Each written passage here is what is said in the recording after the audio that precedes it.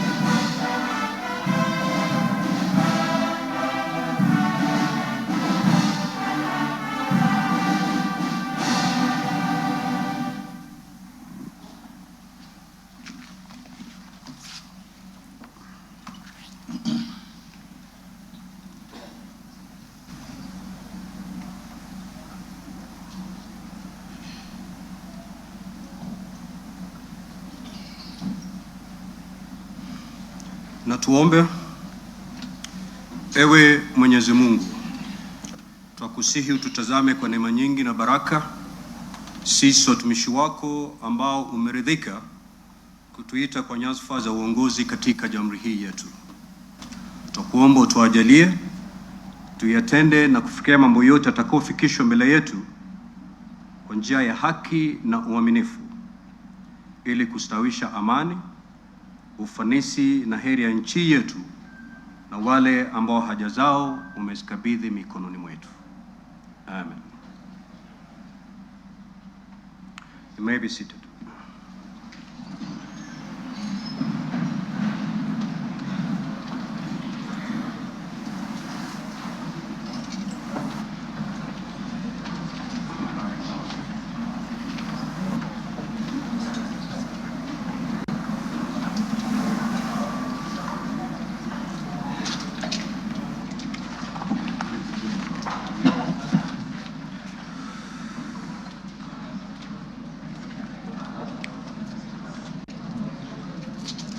Order, Honorable Senators.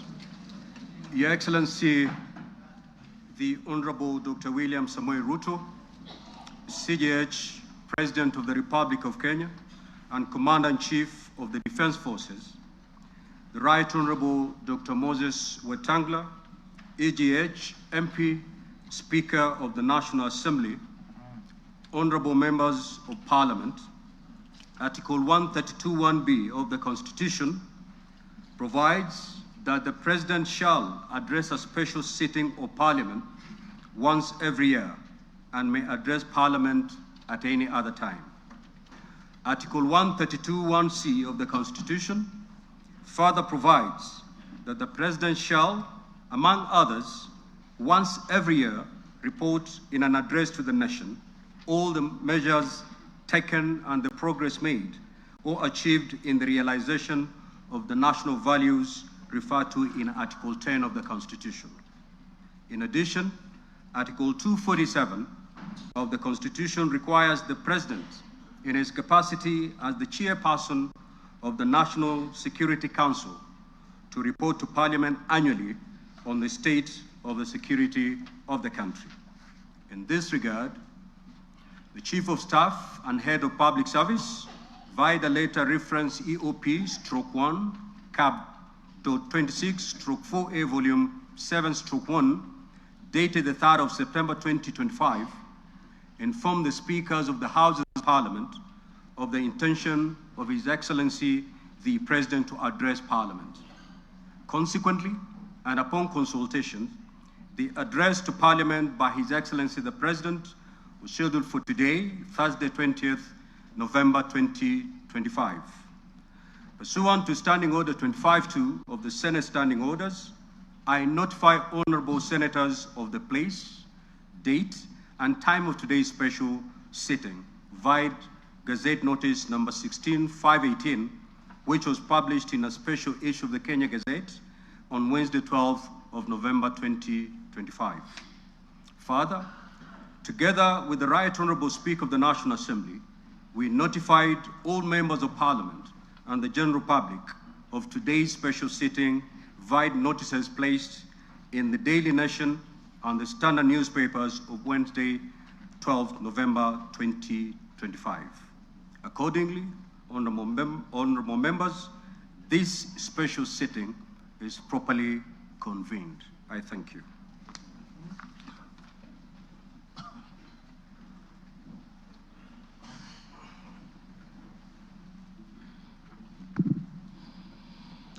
Your Excellency, Honorable Dr. William Samoei Ruto, CGH, President of the Republic of Kenya and Commander-in-Chief of the Kenya Defense Forces, the Right Honorable Amason Kingi, EGH MP, Honorable Speaker of the Senate, Honorable Members of Parliament, members of the Diplomatic Corps, distinguished guests, ladies and gentlemen. Article 1321(b) of the Constitution requires the President to address the nation once every year and at any other time. Further, Article 1321(c) of the Constitution requires the President to, once every year, report in an address to the nation on measures taken and progress achieved in the realization of our national values. Additionally, Article 1321C3 of the Constitution provides that the President shall submit a report for debate to the National Assembly on the progress made in fulfilling the international obligations of the Republic. In this regard, honorable members, by way of a message to the House, His Excellency the President conveyed his desire to address a special sitting of the Houses of Parliament today, 20th November 2025.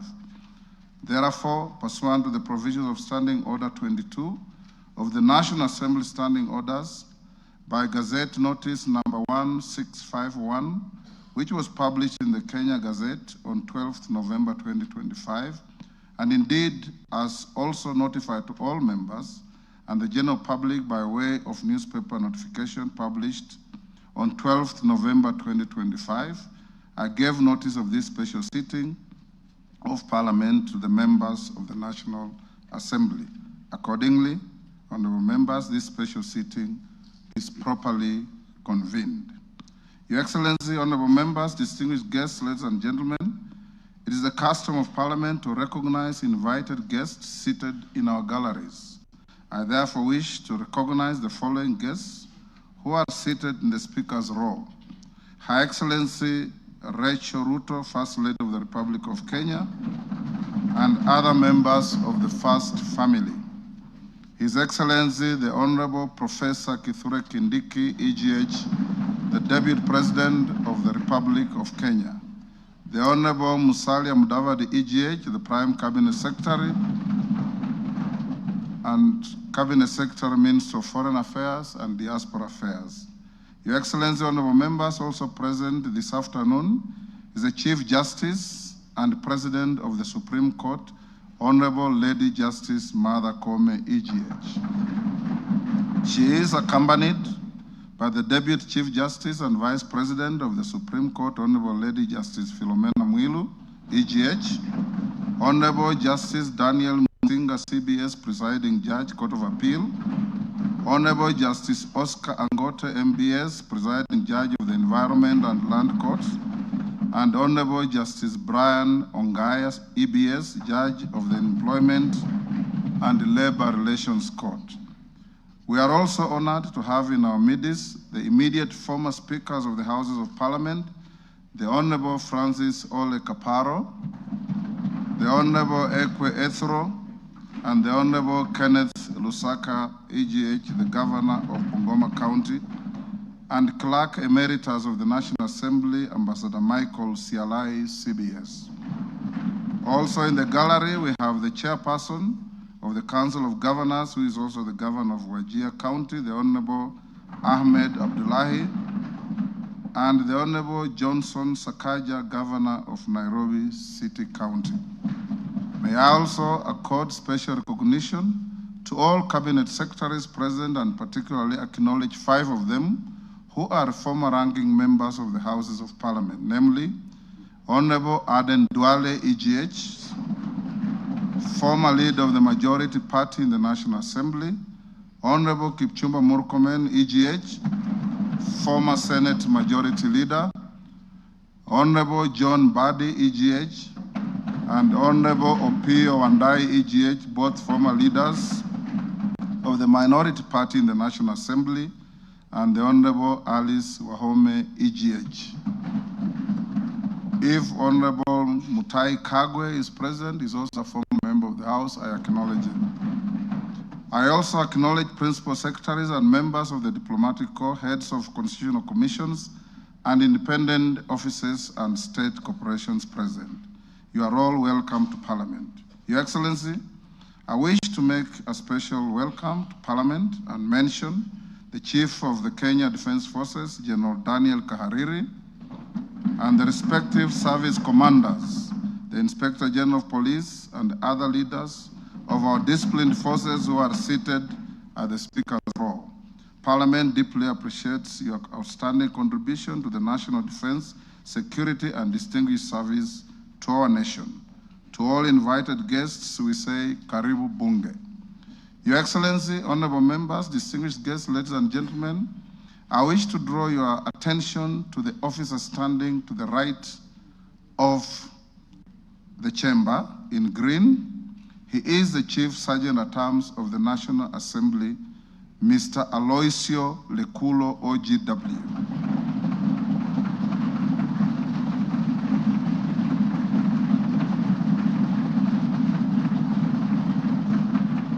Your Excellency, this special mention of this gallant son of Kenya is for the reason that he comes from the smallest community in our nation, the El Molo community, a community which, according to our last census, numbers just about 500. He has risen through the ranks as a high school teacher, as a DO, and competitively employed in Parliament in the year 2006 in the Sergeant's office, rising to become the Chief Sergeant at Arms. Today is his last day on duty, having served diligently in public service.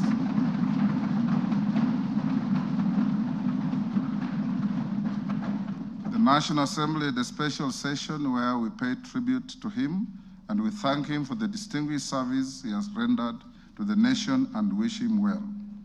Your Excellency, honorable members, distinguished guests, ladies and gentlemen, it's now my singular honor and privilege to invite His Excellency, the President of the Republic of Kenya and Commander-in-Chief of the Defense Forces to address this special sitting of Parliament. Your Excellency, you're most welcome.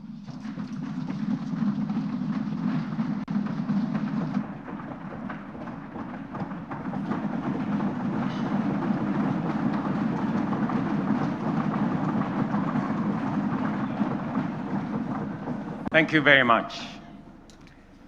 The Honorable Speakers of the National Assembly and Senate, the Honorable Members of the National Assembly and Senate, the Chief Justice and the leadership of the judiciary, Cabinet Secretaries, Your Excellencies, distinguished guests, fellow citizens, ladies and gentlemen. 2 years ago, when I delivered my first State of the Nation address, I had a vision to sell. Today, I have a story to tell. A story written not in the quiet offices or the comfort of boardrooms, but out in the blazing sun of our farms, in the dust of construction sites where our affordable homes now rise, and in the grit of our community health workers, doctors, medical professionals who refuse to surrender in the quest for universal health coverage.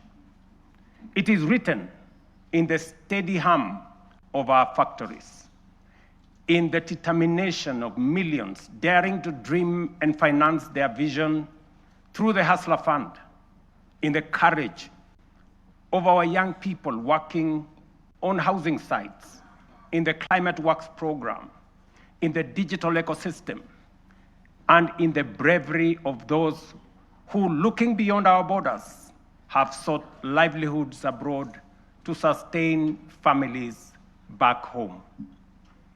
A story of sacrifice, a story of sweat, a story of progress that has not come easy.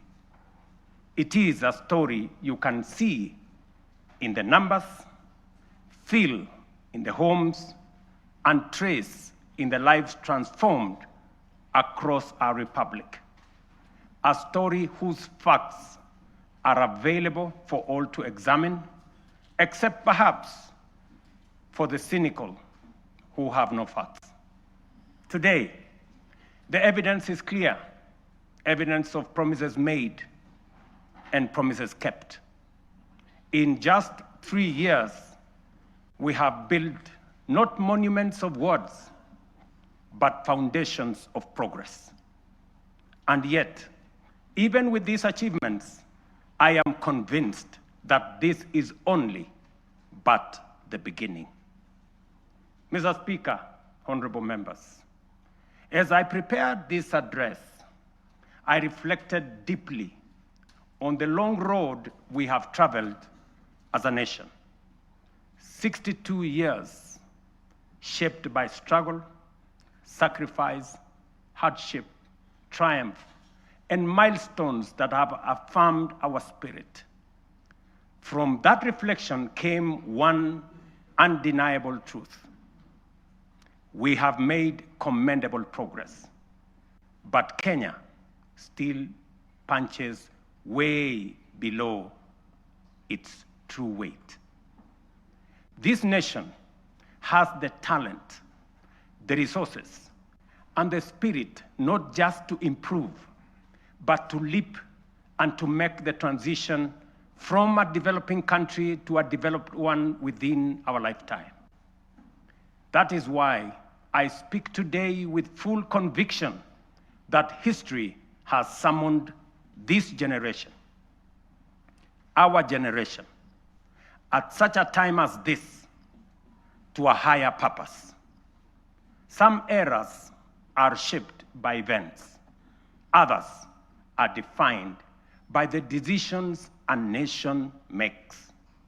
And today, Kenya is called to make such a decision, to finish the journey our forebears began, and finally turn our long-held potential into lived reality. To do this, we must cast off the prevailing mindset of being content with the average.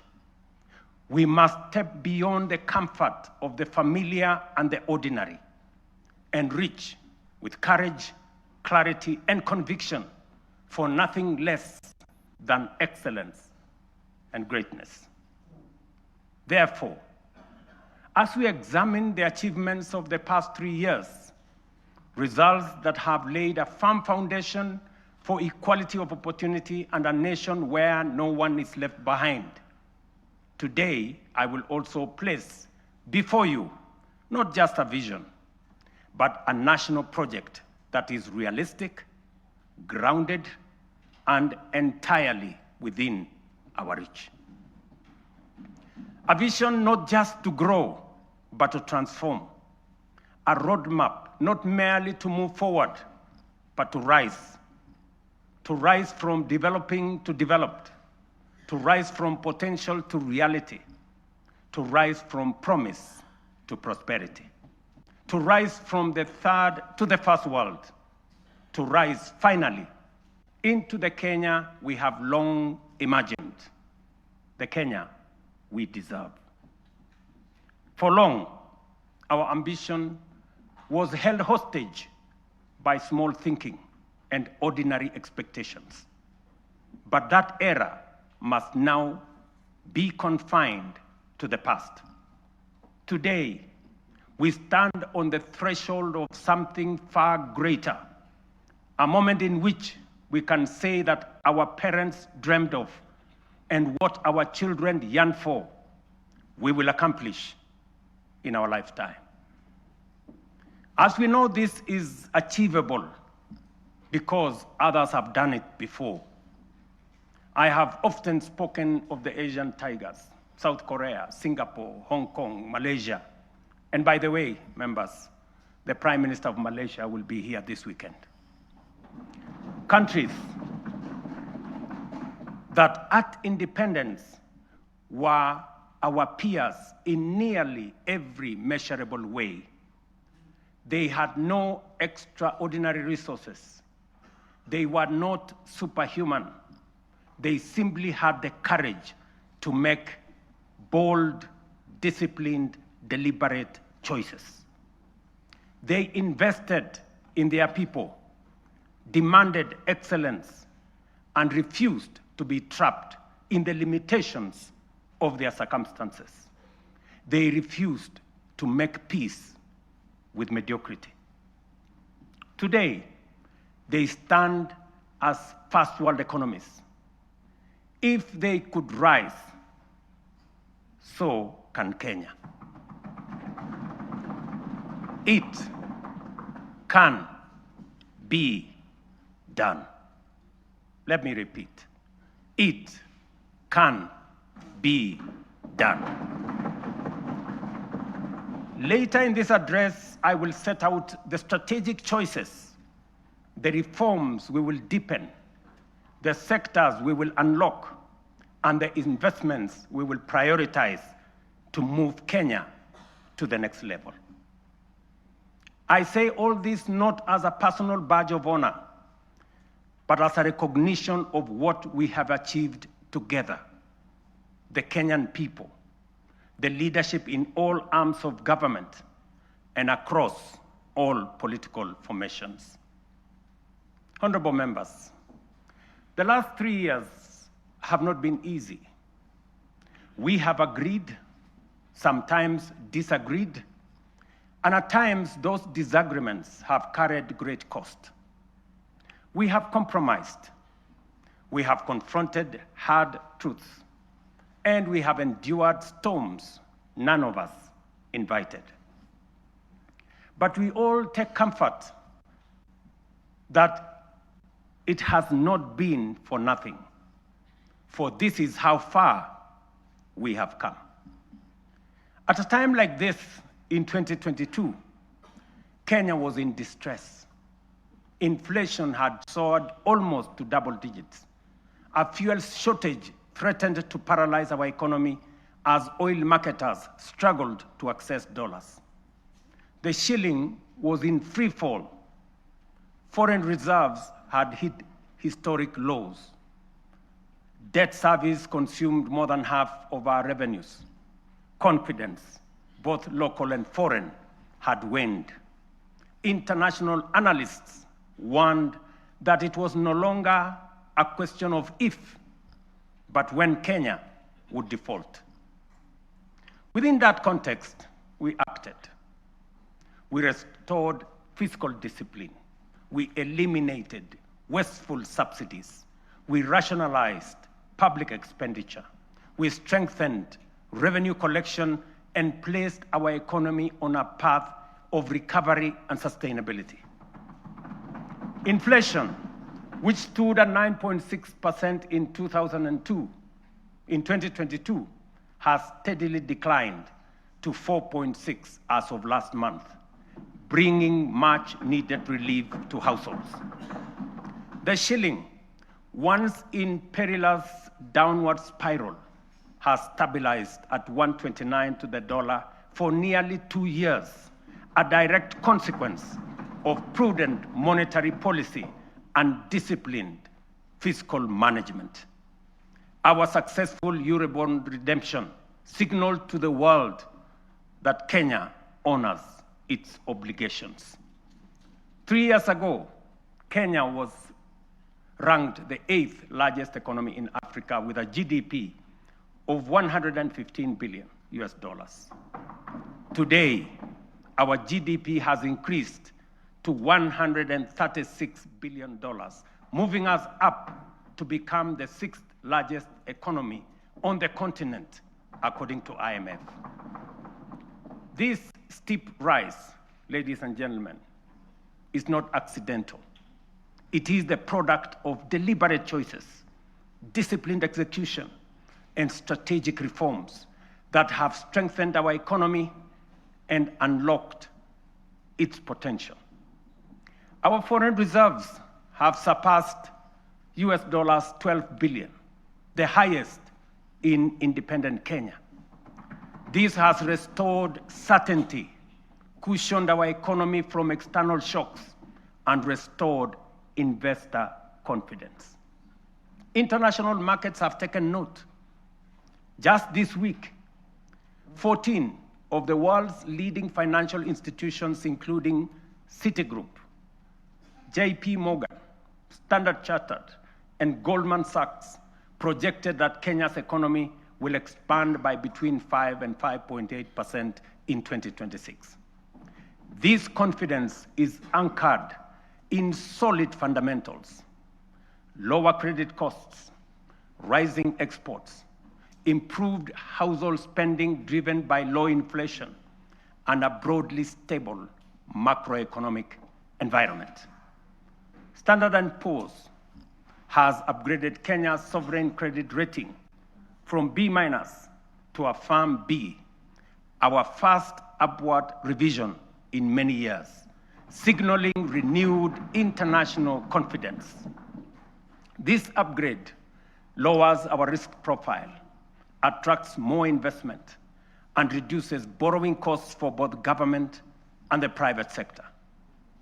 Fellow citizens, our foreign direct investment has more than tripled from US dollars 463, or about 60 billion shillings in 2021, to US dollars 1.5 billion, almost 195 billion Kenya shillings in 2024.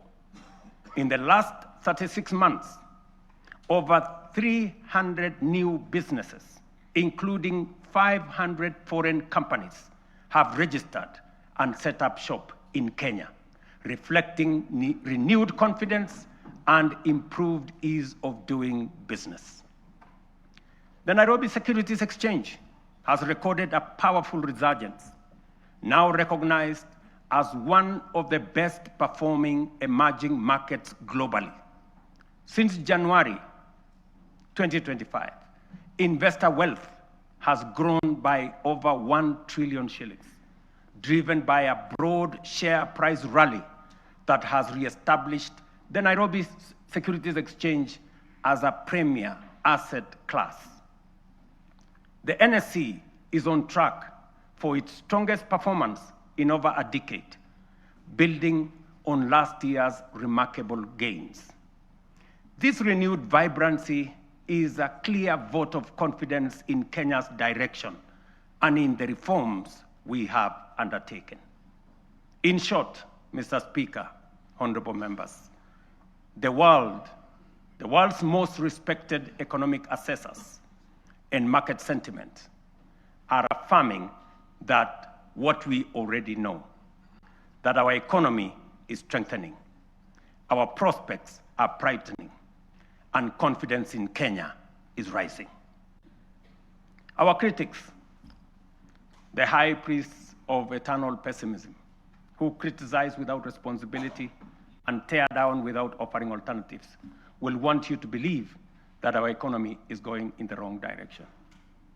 But while everyone may speak their mind, and that is the beauty of our democracy, no one is entitled to manufacture self-serving falsehoods and traffic them as facts.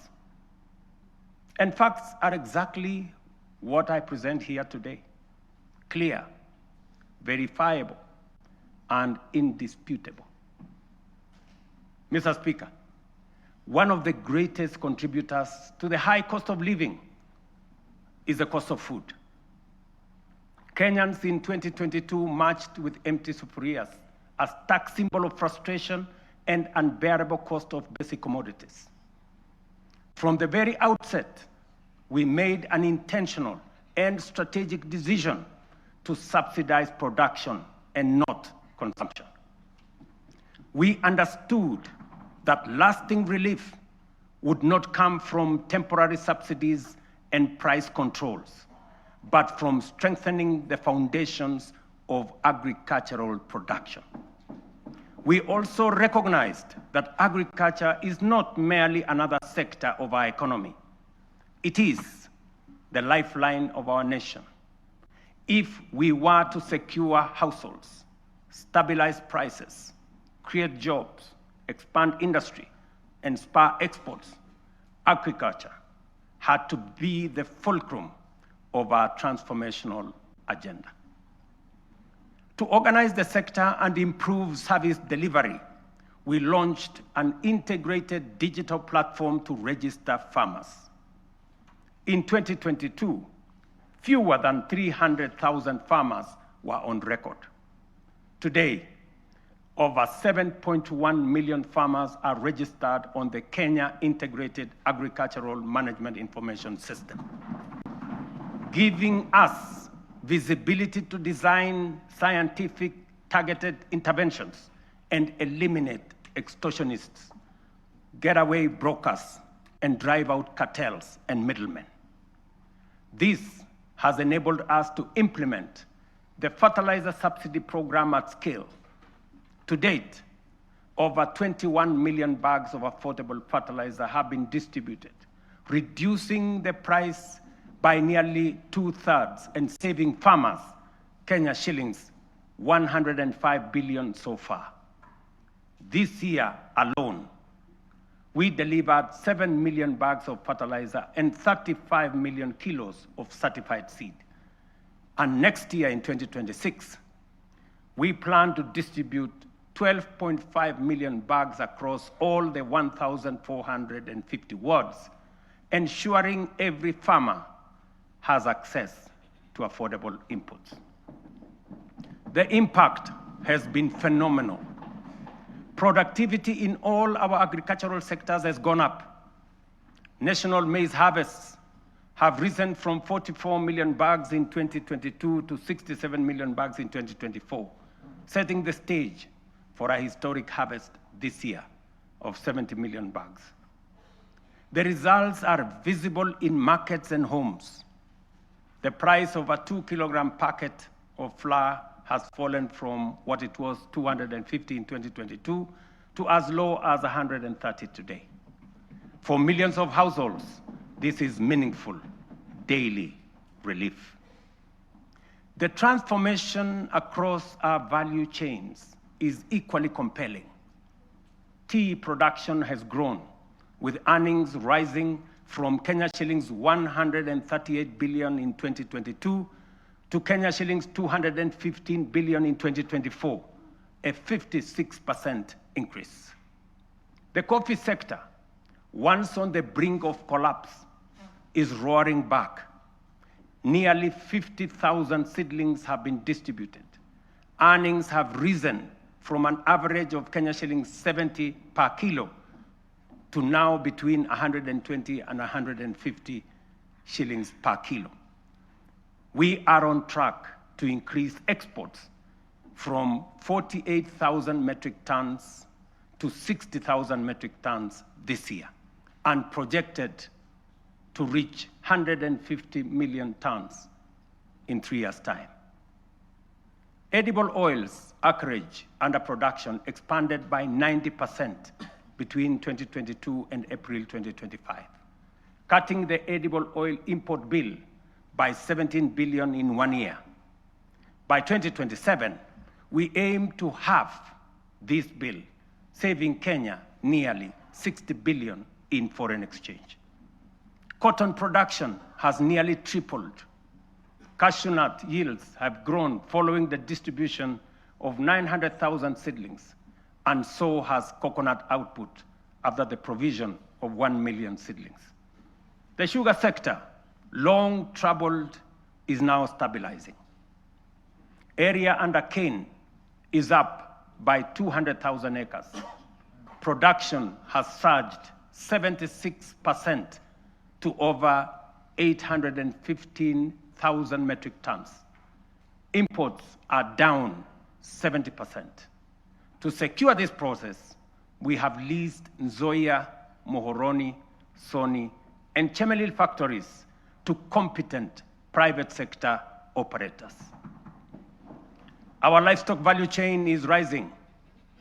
Leather exports are up 56% to Kenya shillings 2.5 billion.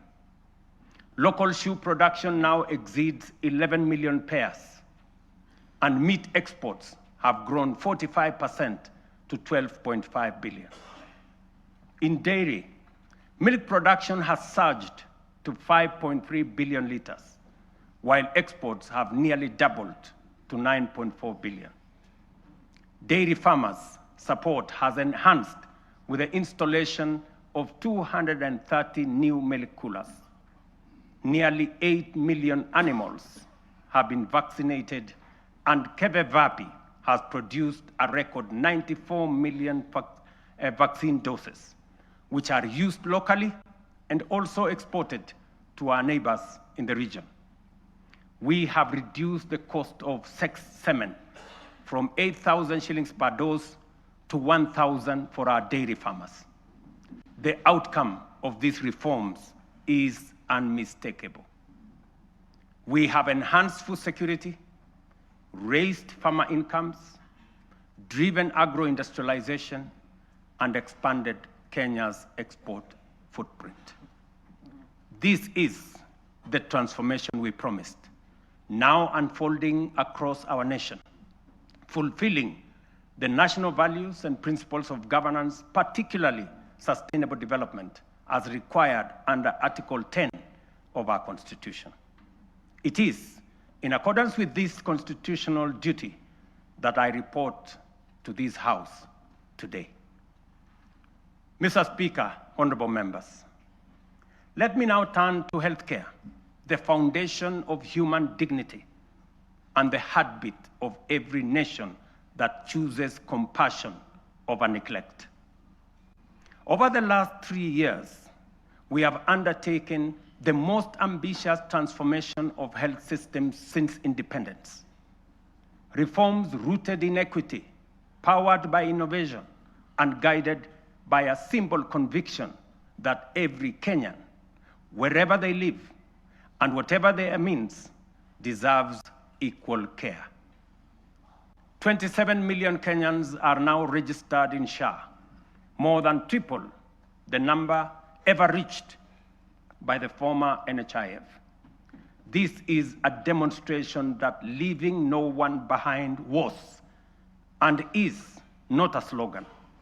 It is a promise on course to fulfillment. Additionally, more than 10,000 health facilities across the country have signed in to serve under this new system. But honorable members, real healthcare begins long before patients reach a hospital.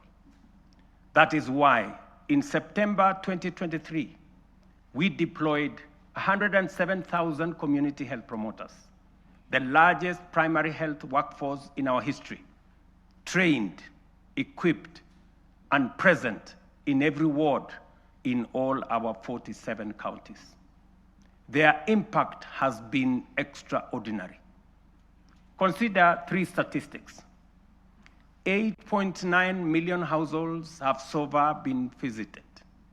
9.9 million diabetes screenings have been done with 134,000 cases diagnosed.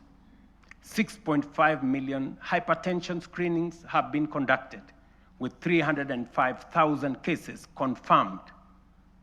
Millions of lives have been touched and thousands saved. This is what equity looks like. This is the meaning of universal health care. This is leaving no Kenyan behind indeed. Behind these numbers stand the community health promoters, quiet, devoted, tireless, heroes of this new era. Today, we honor them. We thank them. To them, we say Kenya is healthier because of you. Mr. Speaker, when I promised that those unable to pay would be supported by government under UHC, the cynics scoffed as usual. Today, we are paying premiums for 2.3 million vulnerable Kenyans, including orphans, widows, the elderly, and those without income, because for them, healthcare is not a privilege. And I must commend members of this august House who have stepped in to support vulnerable families in this gesture.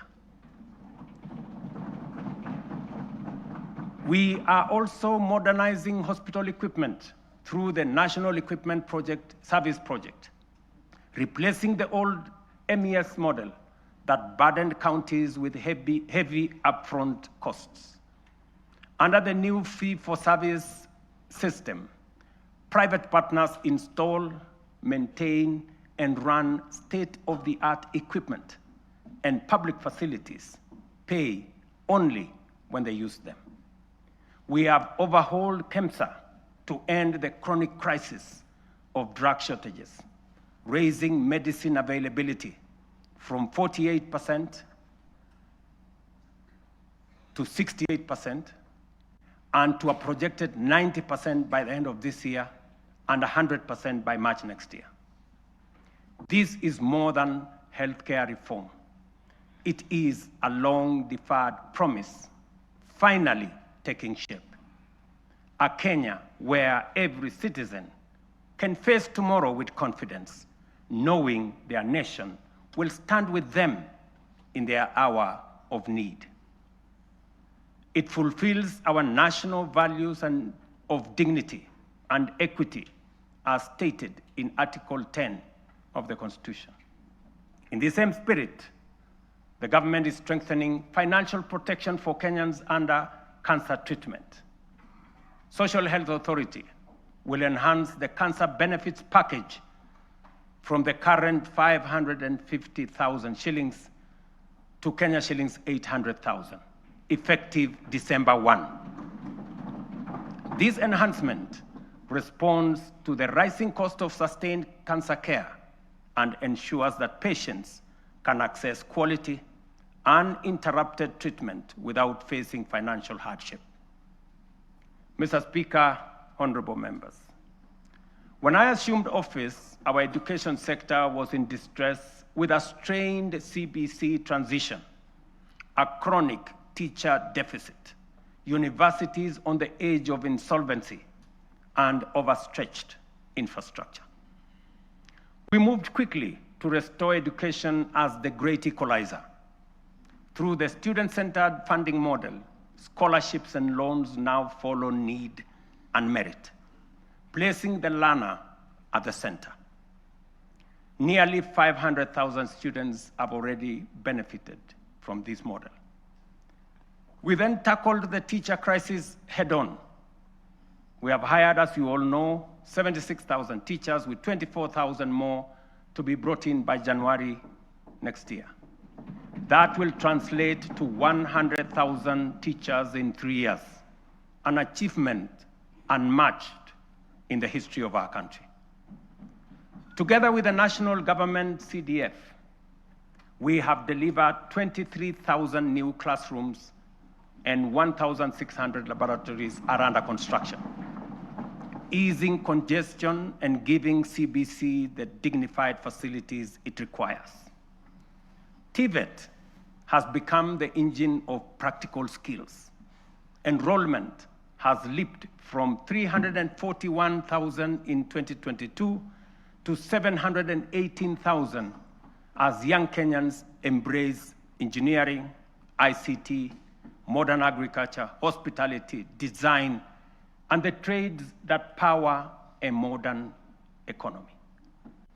In strengthening education at every level, we are giving life to the national values in Article 10, especially equity, human dignity, and sustainable development, ensuring every child has a fair chance to rise.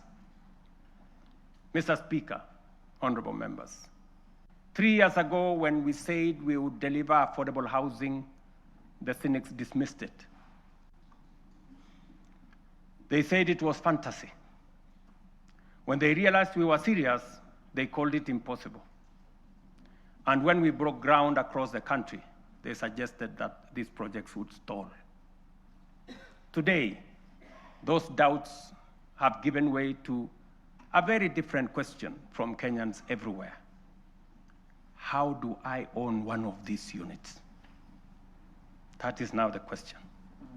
Across the country, we are delivering the most extensive housing rollout in Kenya's history. 230,000 affordable homes. And we meet student needs. 178,000 beds have been packaged for universities, TVETs, KMTCs, with 74,000 already under construction, transforming a sector where fewer than 10% once had decent accommodation. Additionally, 270 modern markets are taking shape nationwide, providing vital spaces for women and MSMEs with another 175 underway, expanding the backbone of local commerce. And through the Nairobi River Regeneration Program, 44,000 young people are restoring the river corridor and preparing sites for 10,000 social homes along the renewed riverfront. The program, the housing program, including markets and hostels, has created over 428,000 jobs. Jobs that include architects, engineers, plumbers, electricians, carpenters, masons, steel workers, transporters, and thousands of MSMEs in fittings, fabrication, and interior design work. At peak next year, it will employ at least 1 million Kenyans. Honorable members, this program is far more than housing. It is a national empowerment engine, creating jobs, formalizing the informal sector, revitalizing micro, small, and medium enterprises, restoring our environment, and building resilient communities. It advances equity, dignity, and sustainable development, the very values anchored in Article 10 of our Constitution. Mr. Speaker, honorable members, allow me to turn to a sector that carries the hopes of nearly every Kenyan family, our micro, small, and medium enterprises. MSMEs are the backbone of our economy, the engine room of innovation, and the daily hustle of more than 15 million Kenyans. For decades, access to affordable credit trapped millions in frustration. Without collateral, there was no loans. For the millions blacklisted, every door of opportunity was shut. And when banks refused to take a chance, their dreams simply stalled. As promised, we broke that cycle.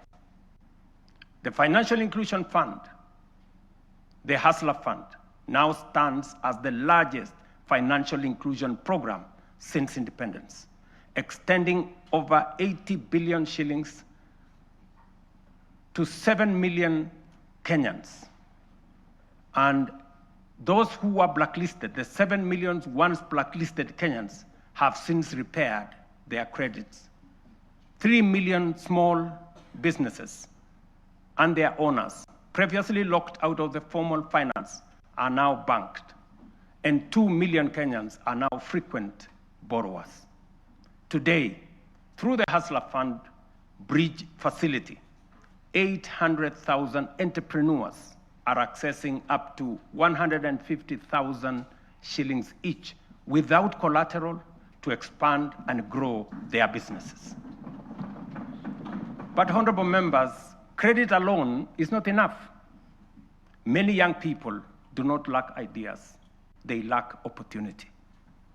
That is why we launched Nyota, the National Youth Opportunities and Transformation Agenda, one of the most ambitious youth empowerment programs in our history.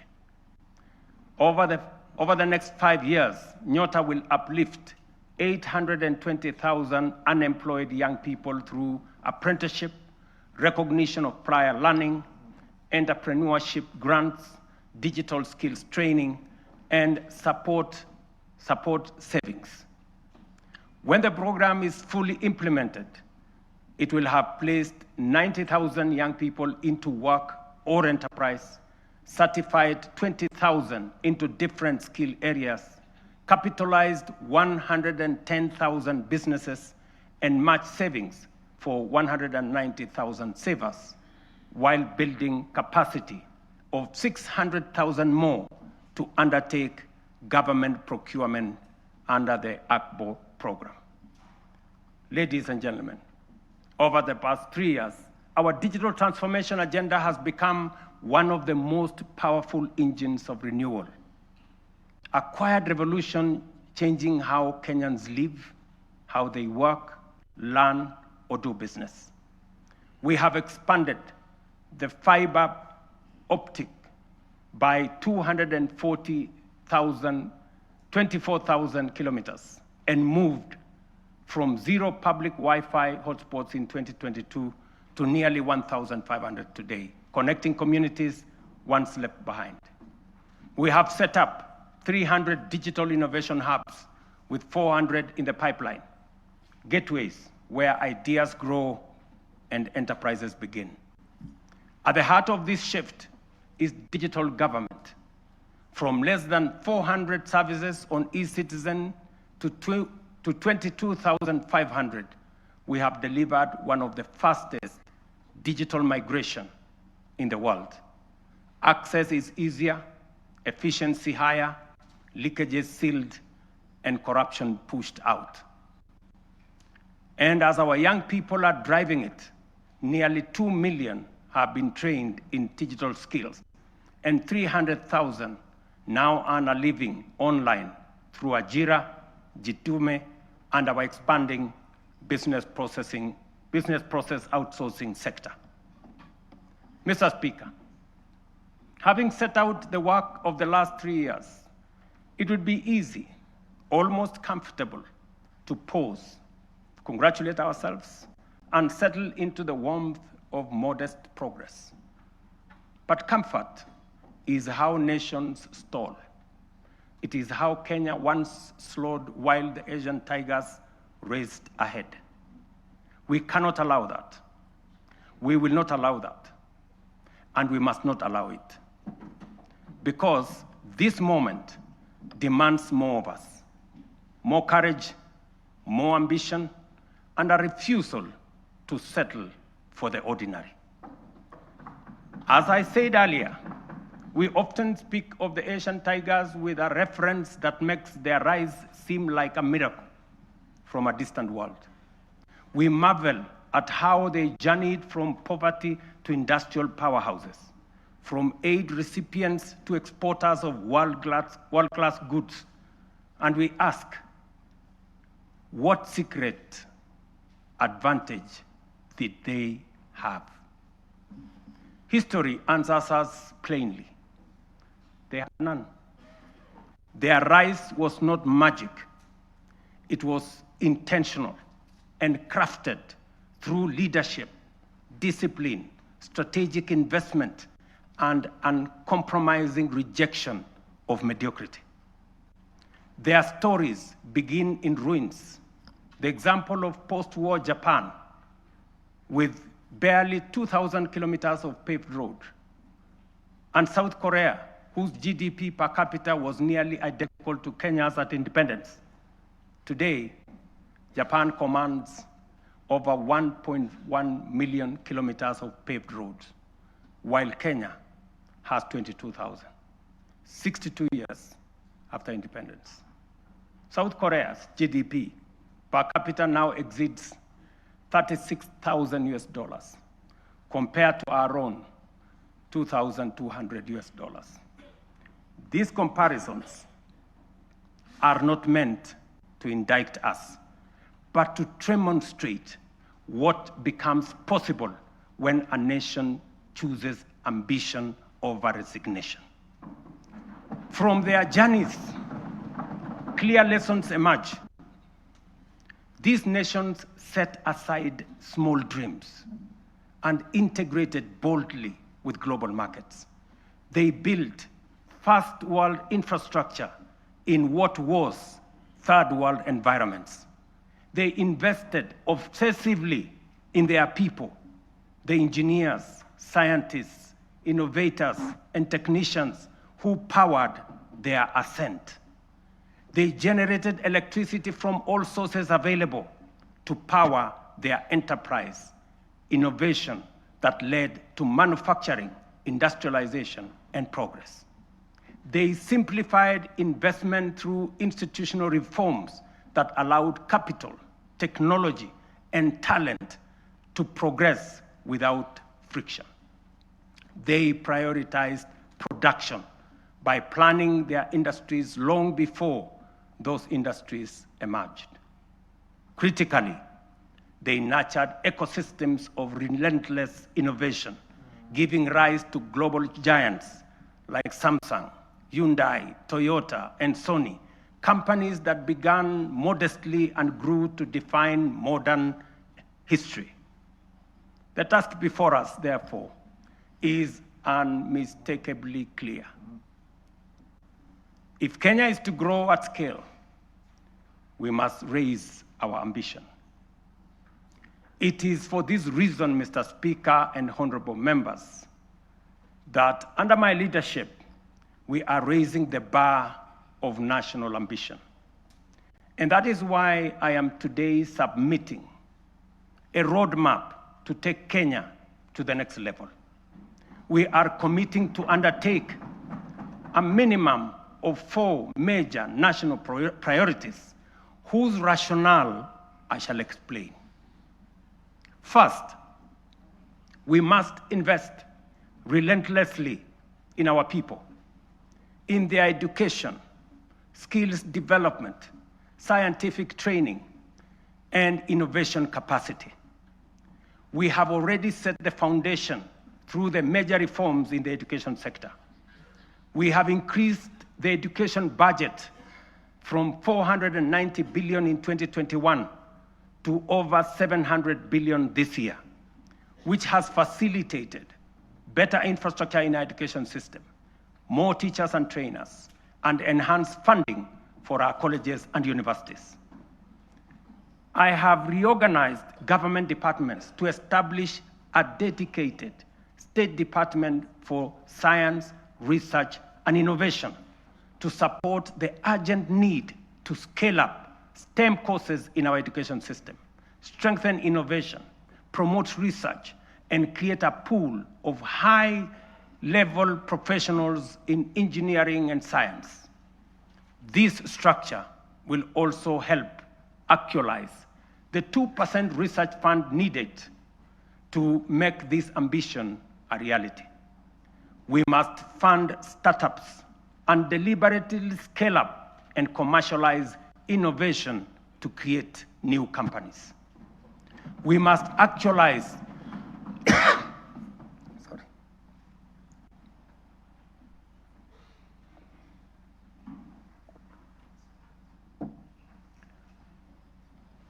We must actualize the National Research Fund, moving from the current 0.8% of GDP to 2% of GDP.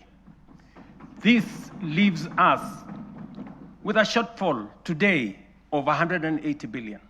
Progressively, we should grow the fund to 1 trillion over the next 10 years.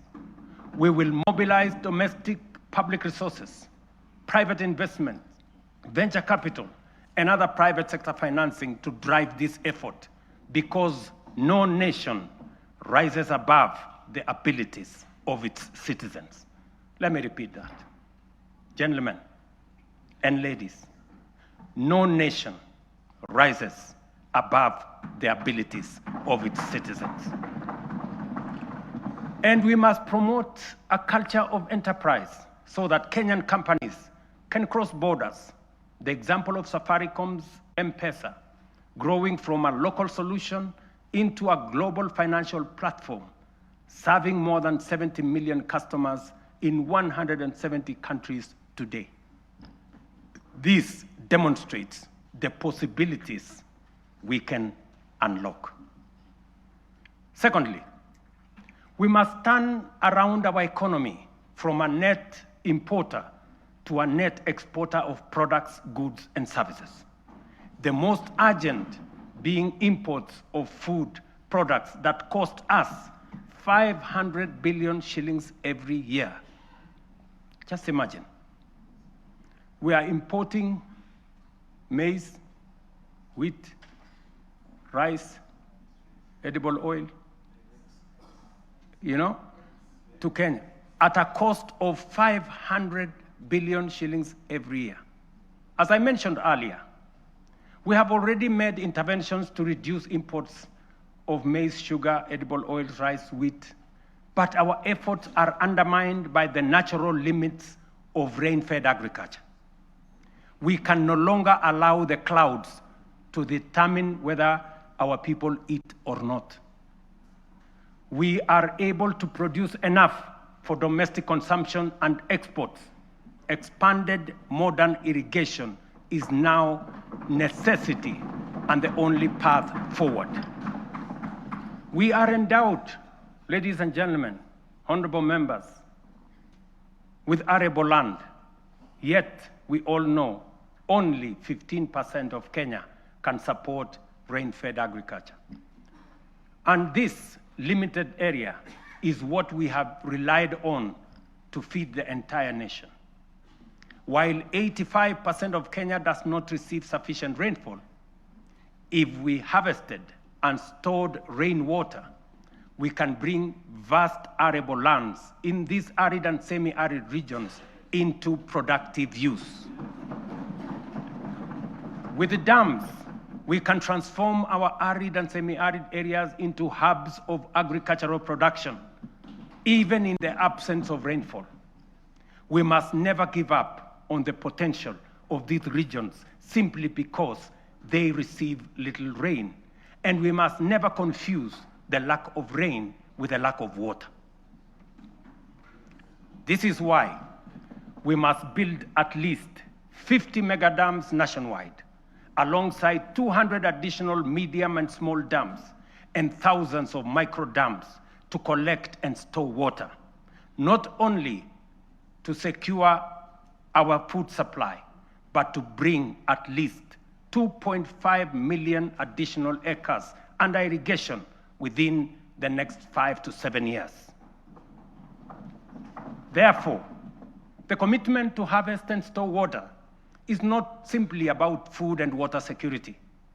It is a strategic, nation-shaping investment, one that underpins our aspiration to be a net exporter of agricultural products, underpins economic independence, rural prosperity, and sustainable development. The Ministry of Water and Sanitation and Irrigation, alongside all relevant agencies, have already mapped out precise locations of these dams. These projects span the breadth of our republic. Sorry.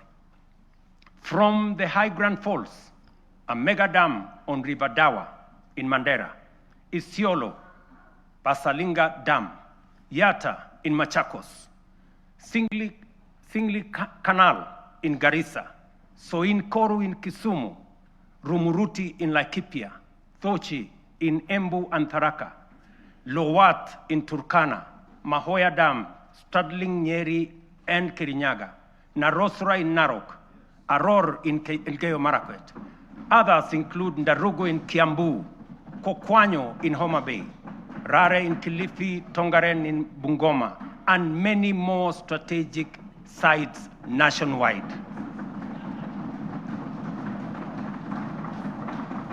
Mr. Speaker, expanded irrigation will also supply the volumes, consistency, and quality of raw materials required for our next economic frontier, which is agro-industrialization. Irrigation will produce the raw materials, and our SEZs, EPZs, and county aggregation and industrial parks will convert them into high-value products for national, regional, and global markets. Honorable members, energy is the lifeblood of any modern economy. No nation has developed without abundant, reliable, and affordable power. This is our third national priority. Although we have an installed capacity of 3,300 megawatts, the intermittence of solar and wind means our farm capacity is only 2,300 megawatts, far below what the Kenya of the present, let alone tomorrow, will require. To drive domestic electrification, industrial manufacturing, e-mobility, green industrialization, digital expansion, and a technology-enabled future, we must dramatically expand power generation.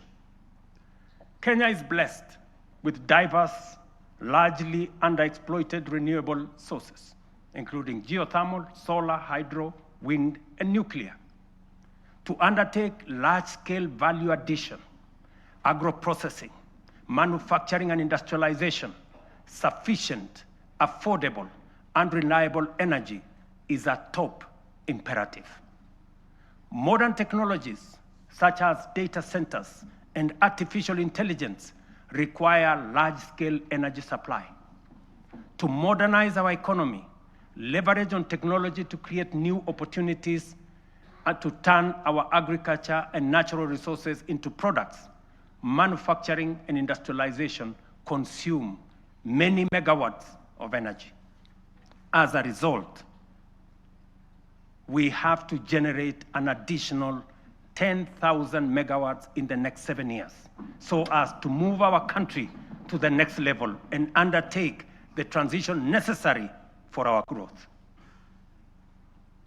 Our fourth national priority is transport and logistics. As the region's economic and diplomatic hub, home to the United Nations' largest office and only office in the Global South, and the sixth largest economy in Africa, Kenya must maintain world-class seaports, airports, highways, and digital corridors. Efficient transport and logistics are the backbone of our competitiveness.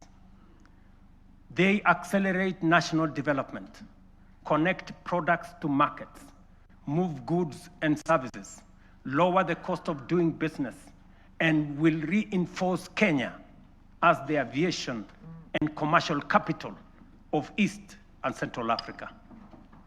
History teaches us that nations rise on the strength of transport and logistics. Japan's post-war revival, enabled by strategic road expansion, is a clear example. From only 2,000 kilometers of road, they constructed over 1 million kilometers of paved road in 7 decades. We in Kenya, you know, we have only constructed 22,000 kilometers over a relatively similar period. To scale up, ladies and gentlemen, honorable members, our transport and logistics program, the Ministry of Roads and Transport have already mapped out a comprehensive network of 2,500 kilometers of highway for dualing and 28,000 kilometers of road to be tarmacked over the next 10 years. We will onboard private-public partnership in the modernization of Jomo Kenyatta International Airport, Mombasa and Lamu Airport, and sort out the challenges facing Kenya Airways by next year. This work is already in progress. Next week, I will launch the dualing of the 170-kilometer Rironi-Naivasha-Nakuru-Mau Summit Road. On the same day, I will break ground on the dualing of the 58-kilometer Rironi-Mai-Mahiu-Naivasha Road. The gridlock that paralyzes these roads every day, especially on weekends and holidays, will soon, by God's grace, be a thing of the past. Additionally, roads earmarked for dualing include Muthaiga Kiambu Ndumberi, Machakos Junction Mariakani, Mau Summit Kericho Kisumu, Kisumu Busia, Mau Summit Eldoret Malaba, Athi River Namanga, Karatina Nanyuki Isiolo, Makutano Embu Meru Maua, Mtwapa Malindi Mombasa, all the way to Lungalunga, Kericho Kisii Migori Isabenia, and Nakuru Nyahururu Karatina, Kisii Oyugis Ahero. The northern bypass, James Gishuru Roads, Bomas Karen Gong, and Bomas Ongata Rongai Kiserian, including Gong Isinya and Naivasha to Kikuyu, among many other key corridor nationwide. This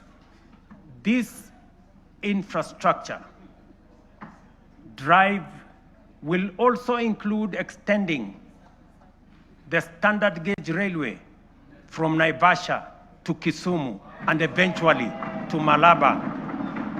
And that exercise, ladies and gentlemen, is beginning in January. In just 2 months, we will be beginning that process. Honorable members, estimates indicate that achieving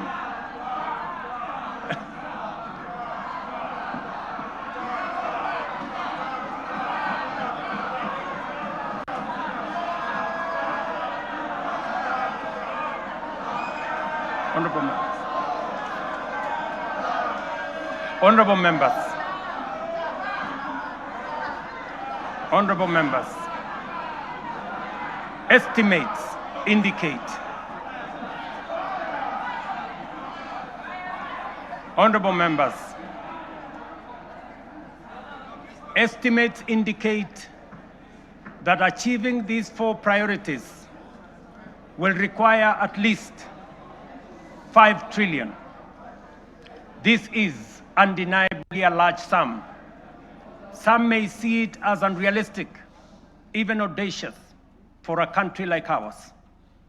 But allow me to recall President John F. Kennedy's words in 1962 as he rallied America to reach the moon. And this is what he said, and I quote, "We choose to go to the moon in this decade and do the other things, not because they are easy, but because they are hard. Because that challenge is one we are willing to accept, one we are unwilling to postpone." These 4 projects are our national imperatives, commitments we must embrace without hesitation, not because they are easy, not because they are cheap, but because they are absolutely necessary, because they are worthy of our time. This is the assignment of our generation. This is the purpose for this administration and this parliament, the 13th parliament. And this is the moment we must rise up to. Which brings us to the next question. Given our fiscal constraints, how shall we finance these transformative projects and do so sustainably? The answer, ladies and gentlemen, lies in 2 key financing vehicles: the National Infrastructure Fund and the Sovereign Wealth Fund. As noted earlier, our development ambitions require sustained, large-scale investment in education, in roads, in energy, water systems, logistics, transport, and digital network. Yet, our fiscal space is narrow. We cannot continue funding essential infrastructure through unsustainable borrowing and burdening taxpayers with additional taxes. But neither can we afford to postpone these imperatives without risking our future. There is need to be innovative in the use of our national revenues, or the national revenues at our disposal. There is need to deploy our national assets available to us in creating public-private partnerships that will crowd in the enormous pool of private sector resources available regionally and globally. This is why we will establish the National Infrastructure Fund, whose architecture will be underpinned by the reforms in the Government-Owned Enterprises Bill, passed by this august House, that I will sign into law tomorrow. This fund is the strategic solution that will provide a framework to innovatively scale up our resources to match our ambition. It will fulfill our manifesto commitment to rebuild Kenya's infrastructure while reducing reliance on tax and debt. We will do this by using budgeted resources prudently and introducing a financing architecture that leverages capital markets, diversifies ownership through unlocking of national assets through privatization, and use PPP frameworks to channel private capital into public priorities. For decades, Kenya has privatized major public assets, from Kenya Airways to KenGen, from Kenya Re to Safaricom. Yet, we cannot point to enduring national assets built from privatization proceeds because the funds were absorbed into budgets and spent. The National Infrastructure Fund will break this cycle. All proceeds from privatization will be ring-fenced, preserved, and reinvested into new infrastructure and wealth-creating assets. When ownership shifts to the private sector for efficiency, the benefits to the public will not diminish, they will multiply. For every shilling invested from privatization proceeds, we aim to attract 10 shillings from long-term investors drawn from pension funds, sovereign partners, private equity, and development finance institutions. This multiplier will allow us to build critical infrastructure without adding to tax or debt burden. This model is proven. Australia's Future Fund, Singapore's Temasek, and UAE's Mubadala demonstrate that commercially run public investment funds can grow national wealth and deliver transformative infrastructure. The National Infrastructure Fund is therefore more than a financing tool. It is a generational strategy, preserving value, mobilizing capital, accelerating delivery, and ensuring Kenya becomes stronger, wealthier, and more competitive. Ladies and gentlemen, honorable members, our Constitution under Article 201C stipulates that the burdens and benefits of the use of resources and public borrowing shall be shared equitably between present and future generations. In essence, when we use natural resources or borrow, we must ensure future generations are not left poorer.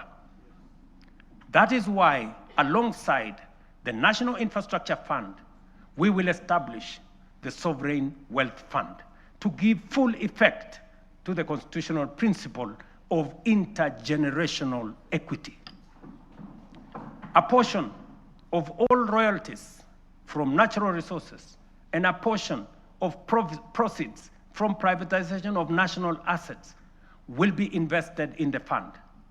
This fund will rest on 3 pillars.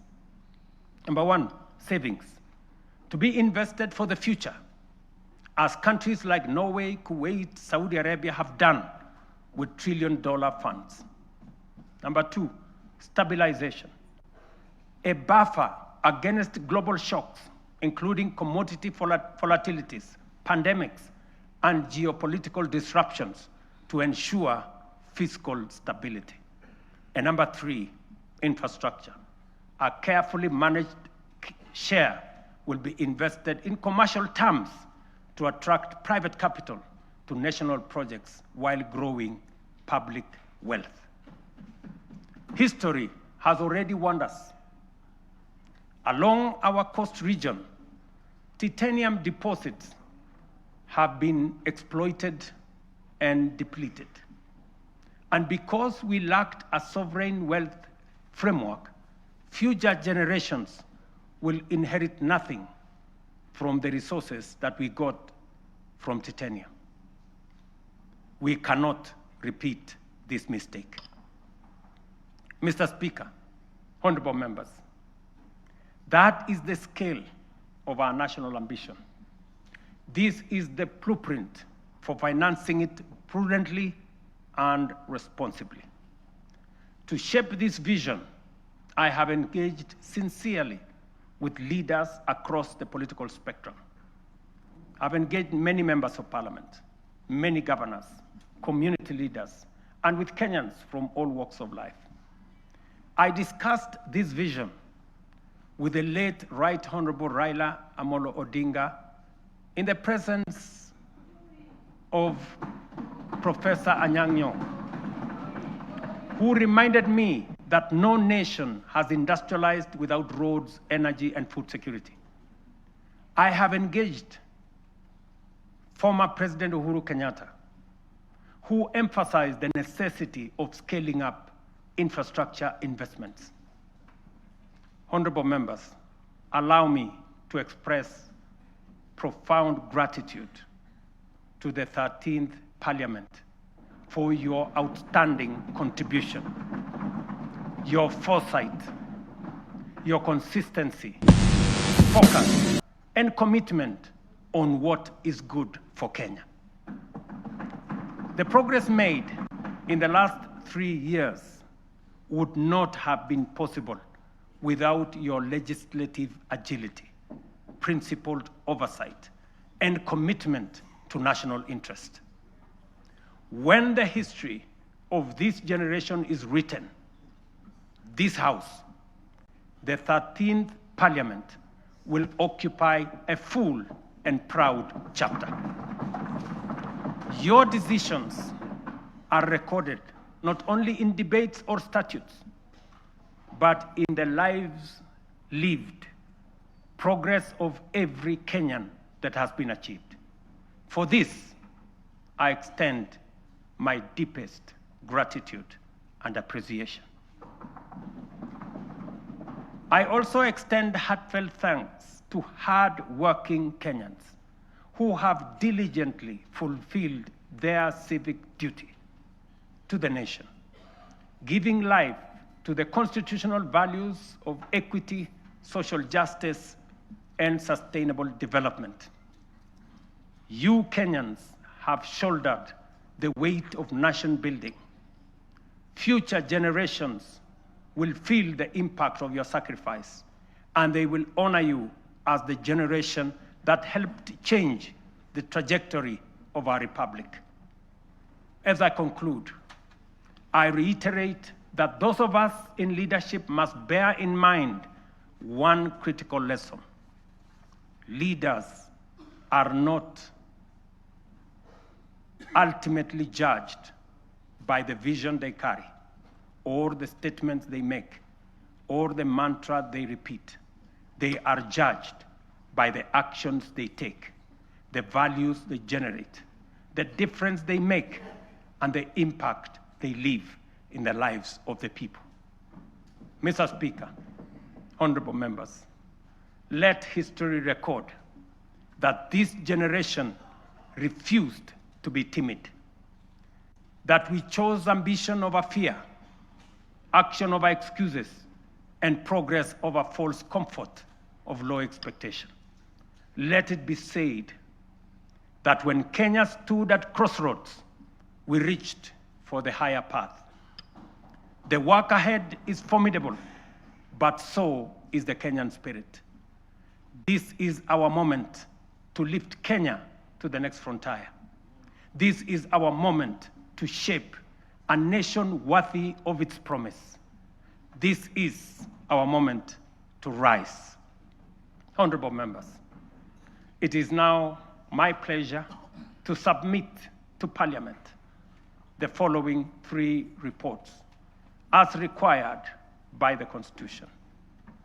Number 1, reports on all measures taken and progress achieved in the realization of the national values as I have espoused.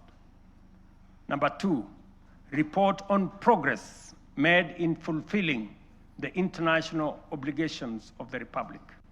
And number 3, the report of the state of security of the country.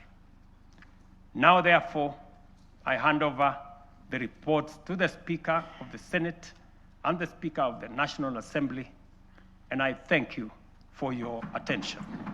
God bless you, and God bless our great country, Kenya.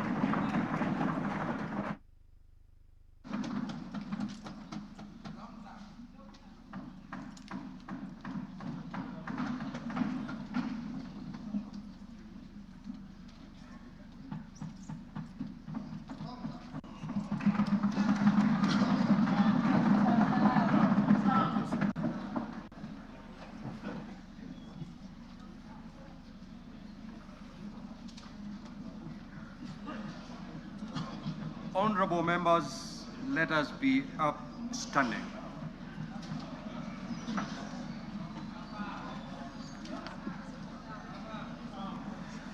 Your Excellency the President, the Right Honorable Speaker of the National Assembly, honorable members and distinguished guests, we have now come to the conclusion of the business of the day, and it is now time to adjourn. The Senate stands adjourned until Tuesday, the 25th of November, 2025 at 2:30 p.m. in the Senate chamber. Thank you.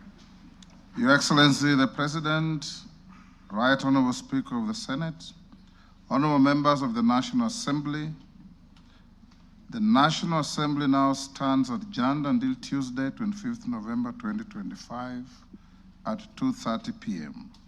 May I take this opportunity to invite all honorable members and our guests to a reception at the Parliament courtyard. May I also request all honorable members and our guests to remain standing in your places until the procession of His Excellency the President and the speakers leave the chamber. I thank you.